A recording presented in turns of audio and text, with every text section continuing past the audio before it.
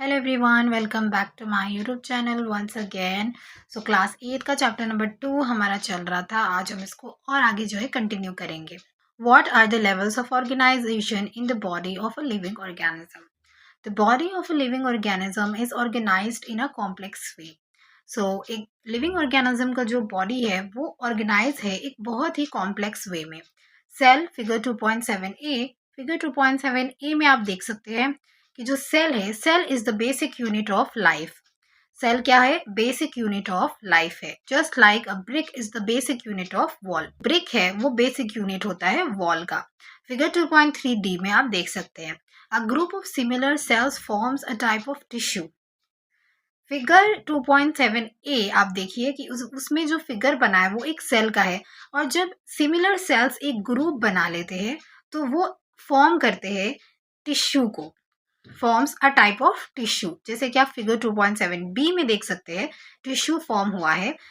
कैसे? A group of similar sales से मिलकर जो बना है वो क्या है? टिश्यू है।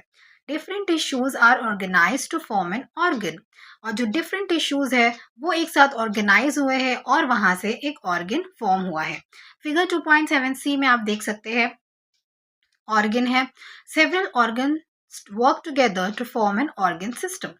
और जो कुछ ऑर्गन्स है वो एक साथ काम करते हैं और एक पूरा ऑर्गन सिस्टम फॉर्म होता है। That performs a major function of the body.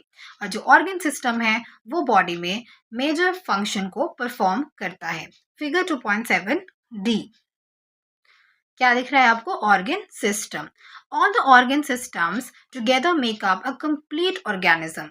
और सो सारे ऑर्गन सिस्टम जो है मिलकर मिलकर क्या है? Make up a complete organism को बनाते हैं, राइट? लाइक अ प्लांट और an animal. So the levels of organisation are, तो अभी हमने यहाँ पे लेवल्स ही पढ़े हैं। सबसे पहले हमने क्या देखा था? Cell, right? सबसे पहले क्या होता है? सेल होता है, because cell is the basic unit of life. उसके बाद सेल्स जो है मिलकर एक ग्रुप बनाते हैं और क्या फॉर्म होता है? टिश्यू फॉर्म होता है। वो आप फिगर 2.7b में देखिए। फिर उसके बाद नेक्स्ट क्या है? ऑर्गन फॉर्म होता है। उसके बाद फॉर्म क्या होता है? ऑर्गन सिस्टम, जो कि बहुत ही ज़्यादा इंपॉर्टेंट है मेजर फंक्शन को परफॉर्म करने के लिए। फिर ऑर्गन सिस्टम के बाद जो है एक पूरा का पूरा ऑर्गेनिज्म बन जाता है। All the organ systems together make up a complete organism, जैसे कि एक प्लांट या एक एनिमल। फिगर 2.7e में आप देखिए these levels of organization help us understand how simple building blocks like cells come together to form a complex living being. सो ये जो लेवल्स ऑफ ऑर्गेनाइजेशन है ये हमको हेल्प करते हैं अंडरस्टैंड करने के लिए कि हाउ सिंपल बिल्डिंग ब्लॉक्स, कि कैसे सिंपल जो बिल्डिंग ब्लॉक्स है लाइक सेल्स कम टुगेदर, वो एक साथ आते हैं और एक कॉम्प्लेक्स लिविंग बीइंग को फॉर्म करते हैं, राइट? जैसे आपने देखा कि एक सेल से पूरा का पूरा एक जो ऑर्गेनिज्म है वो पूरा कंप्लीट ऑर्गेनिज्म हमारा यहाँ पे फॉर्म हुआ है। The life of complex living organisms begins with a single cell. तो कॉम्प्लेक्स लिविंग ऑर्गेनिज्म की जो लाइफ है वो स्टार्ट होती है एक सिंगल सेल से, यानी कि egg. Egg of any organism has an amazing ability to divide repeatedly to form a complete living being made up of many cells. तो जो एग होता है ऑर्गेनिज्म का, उसके पास ये अमेजिंग एबिलिटी होती है टू डिवाइड रिपीटेडली। वो क्या होता है? रिपीटेडली डिवाइड होता है और एक कंप्लीट लिविंग बीइंग फॉर्म होता है जो कि बहुत सारे सेल से बना हुआ है। Such living beings are called multi cellular organisms. तो ऐसे जो लिविंग बींग्स होते हैं उसको बोलते हैं मल्टी सेलुलर ऑर्गेनिजम्स। मतलब कि एक सिंगल सेल जो कि एग है वो क्या होता है? उसके पास इस एबिलिटी होती है कि वो रिपीटेडली क्या है? डिवाइड हो और एक कंप्लीट लिविंग बीइंग को फॉर्म करे जो कि मैनी सेल से मिलकर बना है। तो ऐसे लिविंग बींग्स को मल्टी सेलुलर ऑर्गेनिजम्स बोलते हैं। Animals including humans and plants are all examples of multicellular organisms. तो animals है जैसे कि उसमें humans हो गए, plants हो गए, ये सारे जो है मल्टी सेलुलर ऑर्गेनिजम्स के एग्जाम्पल्स हैं। तो यहाँ पे लेवल ऑफ ऑर्गेनाइजेशन हमने देखा कि किस तरीके से जो है लिविंग ऑर्गेनिज्म की जो बॉडी है वो हमारी उसके क्या क्या लेवल्स है, उसको ऑर्गेनाइज करने के क्या क्या लेवल है। सबसे पहले हमने देखा cell, it is the basic unit of life, then tissue, then organ, फिर उससे बनता है ऑर्गन सिस्टम, एंड देन पूरा का पूरा एक ऑर्गेनिज्म हमारा बन जाता है।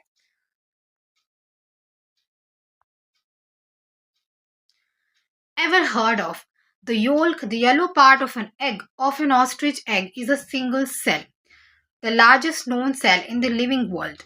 तो यहाँ एक बहुत इंटरेस्टिंग चीज बताई है कि जो योल्क होता है, yolk is the yellow part of an egg, जो एग का येलो पार्ट है वो ऑस्ट्रिच एग के योल के बारे में यहाँ पे बात हो रही है। वो एक सिंगल सेल है, और वो जो क्या है, सिंगल सेल है, the largest known cell in the living world. और ये जो सिंगल सेल है ये लार्जेस्ट नोन सेल है in the living world, measuring about 130 mm to 170 mm in diameter. और उसका जो मेजरमेंट है वो कितना है, 130 mm से लेकर 170 mm डायमीटर तक उसका जो है मेजरमेंट है। The egg contains extra non cellular material, और जो एग है वो कंटेन करता है कुछ एक्स्ट्रा नॉन सेल्यूलर मटीरियल भी, a shell for protection and a white liquid, एक शेल है प्रोटेक्शन के लिए, और एक वाइट लिक्विड भी that nourishes the cell during its continued development, एक वाइट लिक्विड जो कि नरिश करता है सेल को during its continued development. What are micro organisms? अब हम बात करेंगे कि माइक्रो ऑर्गेनिजम्स क्या होते हैं। Some living organisms are made up of just one or very few cells. कुछ जो लिविंग ऑर्गेनिजम्स होते हैं वो बने हैं या तो सिर्फ एक और वेरी फ्यू या तो थोड़े से सेल से। They are so small that they can not be seen with the naked eye, कि वो इतने छोटे होते हैं कि हम उसको सीन भी नहीं कर सकते, अपनी आंखों से नहीं देख सकते। These are called micro organisms, और इसको क्या बोलते हैं, माइक्रो ऑर्गेनिजम्स बोलते हैं। Some micro organisms like bacteria and amoeba are made up of just one cell. कुछ माइक्रो ऑर्गेनिजम्स जैसे कि बैक्टीरिया हो गया और अमीबा हो गए, ये जो है ये हमारे सिर्फ वन सेल से बने हैं, यानी कि वन सेल मतलब कि यूनिसेल्यूलर। वन सेल को यूनिसेल्यूलर भी बोलते हैं। तो उसको माइक्रो ऑर्गेनिज्म जैसे कि बैक्टीरिया और अमीबा ये हमारे कैसे है, यूनिसेल्यूलर है, क्योंकि ये बने हुए हैं सिर्फ वन सेल से। Others like some fungi and algae have many cells. और दूसरे माइक्रो ऑर्गेनिजम्स की अगर हम बात करें जैसे कि फंगी और अलगी, इनके ये जो है मेनी सेल्स से बने हैं, यानी कि ये मल्टी सेल्यूलर ऑर्गेनिजम्स है। They are found all around us, और ये हमारे आसपास रहते हैं। They are found all around us in water, soil, air and even inside our body.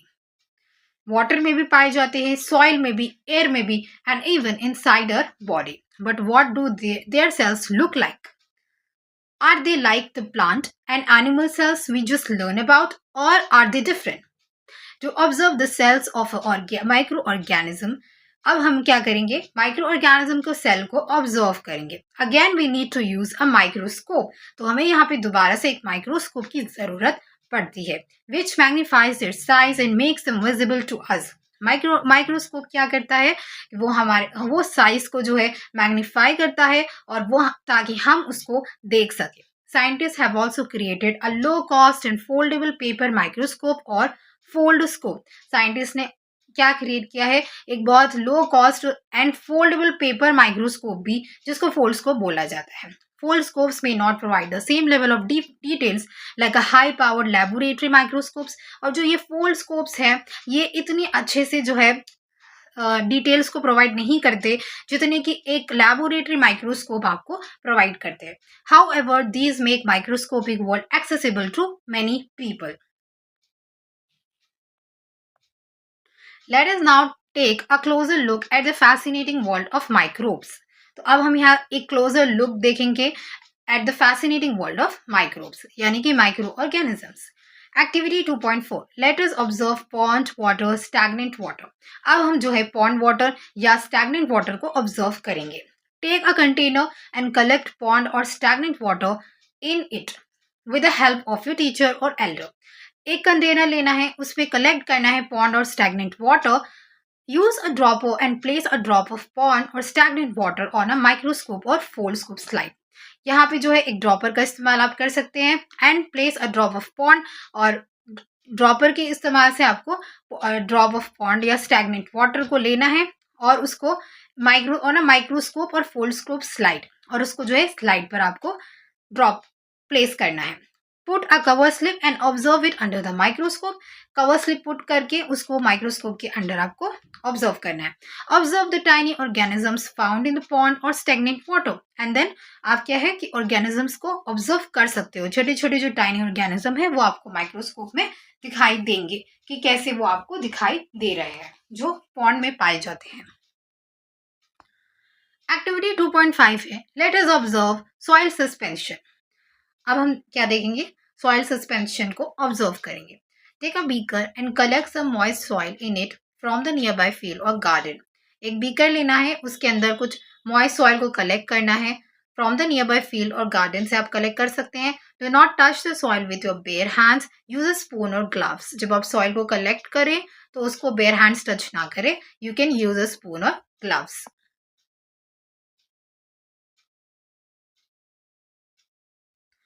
Pour some water into the beaker and stir it with a glass rod. अब उस beaker में आप कुछ वाटर को pour करें और उसको stir करें with the help of the glass rod. The liquid which may look dirty has very fine particles of soil. और वो जो liquid है जो थोड़ा dirty दिख रहा है has very fine particles of soil. उसके अंदर आपको क्या दिखेंगे, particles of soil, and is called soil suspension. इसी को क्या बोलते हैं, soil suspension. Keep it aside for some time and let the mixture settle. थोड़ी देर के लिए उसको साइड में रख दे और उस मिक्सचर को सेटल होने दे। Use a dropper and take a drop of water from the top layer. अब ड्रॉपर की मदद से टॉप लेयर से क्या लेना है, एक ड्रॉप ऑफ वाटर आपको लेना है। Place the drop on the microscope slide, then उस ड्रॉप को आपको माइक्रोस्कोप स्लाइड पर प्लेस करना है। Cover gently with a cover slip, cover slip की मदद से उसको कवर करना है। And observe it under the microscope, and यहाँ पे आपको माइक्रोस्कोप पे उसको देखना है। You may observe small moving organism similar to those you saw in activity 2.4। तो यहाँ आप क्या ऑब्जर्व करेंगे, छोटे छोटे मूविंग ऑर्गेनिजम्स आप ऑब्जर्व करेंगे जो आपने एक्टिविटी 2.4 में भी देखे थे। This indicates that even soil suspension contains a variety of tiny creatures that cannot be seen with the unaided eye. और ये यहाँ पे ये इंडिकेट करता है कि सॉइल सस्पेंशन में भी क्या है, सॉइल सस्पेंशन भी जो है टाइनी क्रिएचर्स को कंटेन करता है जिसको हम देख नहीं सकते with an unaided I, right. The tiny creatures that cannot be seen with the naked eye are called microorganisms और माइक्रोब्स। तो ये जो टाइनी छोटे छोटे जो क्रिएचर्स है जिसको हम नहीं देख सकते अपनी नेकेड आई से, इसी को माइक्रो ऑर्गेनिजम्स बोलते हैं। माइक्रो का मतलब होता है बहुत छोटा और ऑर्गेनिज्म का मतलब होता है लिविंग बींग्स, यानी बहुत छोटे लिविंग बींग्स जिसको हम माइक्रो ऑर्गेनिजम्स या माइक्रोब्स भी कहते हैं।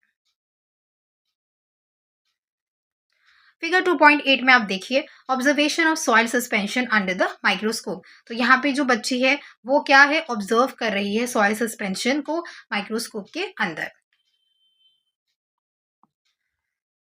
Activity 2.6 Let us study. A group of students studying in grade 8 performed activities 2.4 and 2.5. They also collected information from the library and internet. They recorded the data obtained after observing pond water in table 2.1 and the data obtained after observing soil suspension in table 2.2. They identified the microorganisms as protozoa, algae, fungi, and bacteria. You can record if you find any of these categories of organisms. तो यहाँ table 2.1 में आप देखिए कि जो organisms present इन pond water, तो ये जो है कुछ यहाँ पे क्लास 8 के जो बच्चे हैं उन्होंने जो एक्टिविटीज को परफॉर्म किया है, तो उन्होंने जो इंफॉर्मेशन को कलेक्ट किया है। सो टेबल 2.1 में आप देखिए ऑर्गेनिजम्स प्रेजेंट इन पॉन्ड वाटर, तो कौन कौन से ऑर्गेनिज्म जो है पॉन्ड वाटर में प्रेजेंट है। पहला है अमीबा, दूसरा है पैरामीशियम, तीसरा क्या है अलगी। अमीबा क्या है, single cell moving irregular shape. Paramecium में single cell moves from one place to another, क्या करता है, सिंगल सेल होता है, मूव करता है एक प्लेस से दूसरी जगह। Movement takes place with the help of specialised structures, right. Third है अलगी, और अलगी क्या है, single cell, looks green because of the presence of green pigment, और ये ग्रीन दिखता है क्योंकि ग्रीन पिगमेंट की वजह से। Movement takes place with the help of specialised structure.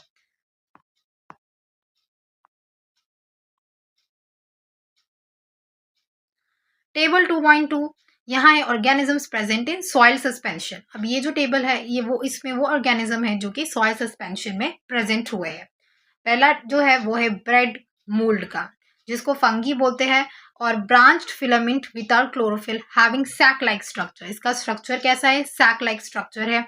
And mould जिसको fungi, mould fungi, branched filament without chlorophyll having brush like structure, और इसका जो स्ट्रक्चर है वो ब्रश लाइक स्ट्रक्चर है और विदाउट क्लोरोफिल है। Algae which is spherical, presence of chlorophyll, a green pigment. ये स्फेरिकल है, क्लोरोफिल इसमें प्रेजेंट है और ये a green pigment. Bacteria spherical, spiral or rod shaped, one long hair like structure and many small hair like projections around the cell. Did you also observe any of these microorganisms or something different? जब आप लोगों ने इस experiment को किया कि आप सब ने भी इन सबको, इन सारे माइक्रो ऑर्गेनिजम्स को जो है ऑब्जर्व किया था, record in your notebook and discuss this in your class. In table 2.1 and 2.2, you have identified a variety of microorganisms. अभी हमने जो है variety of microorganisms को पढ़े हैं table 2.1 और 2.2 में. They are everywhere and we can only see them with a microscope. और ये हर जगह होते हैं और हम उसको सिर्फ माइक्रोस्कोप की मदद से ही देख सकते हैं. A device that magnifies them 100 to 400 times. मतलब माइक्रोस्कोप जो है ये एक डिवाइस होता है जो कि किसी भी ऑब्जेक्ट को, किसी भी चीज को मैग्नीफाई करके 100 to 400 टाइम्स उसको मैग्नीफाई करता है. Micro organisms are small in size, they play an important role in our lifes. चाहे माइक्रो ऑर्गेनिज्म जो है वो बहुत छोटे हैं साइज में, लेकिन ये हमारी लाइफ में एक बहुत ही इंपॉर्टेंट रोल प्ले करते हैं. Ever heard of viruses are microscopic and acellular. जो वायरसेस होते हैं वो माइक्रोस्कोपिक होते हैं, हम उसको माइक्रोस्कोप की मदद से ही देख सकते हैं, और वो एसेल्यूलर होते हैं. Viruses multiply when they enter a living cell, और जो वायरसेस जो है लिविंग सेल में कोई एंटर करता है तो वो मल्टीप्लाई होते हैं, दुगना हो जाते हैं. They may infect plants, animals और bacteria cells and may cause a disease. Right, और वो इन्फेक्ट करते हैं प्लांट्स और एनिमल्स को और bacteria cells and may cause a disease, और डिजीज भी कॉज करते हैं.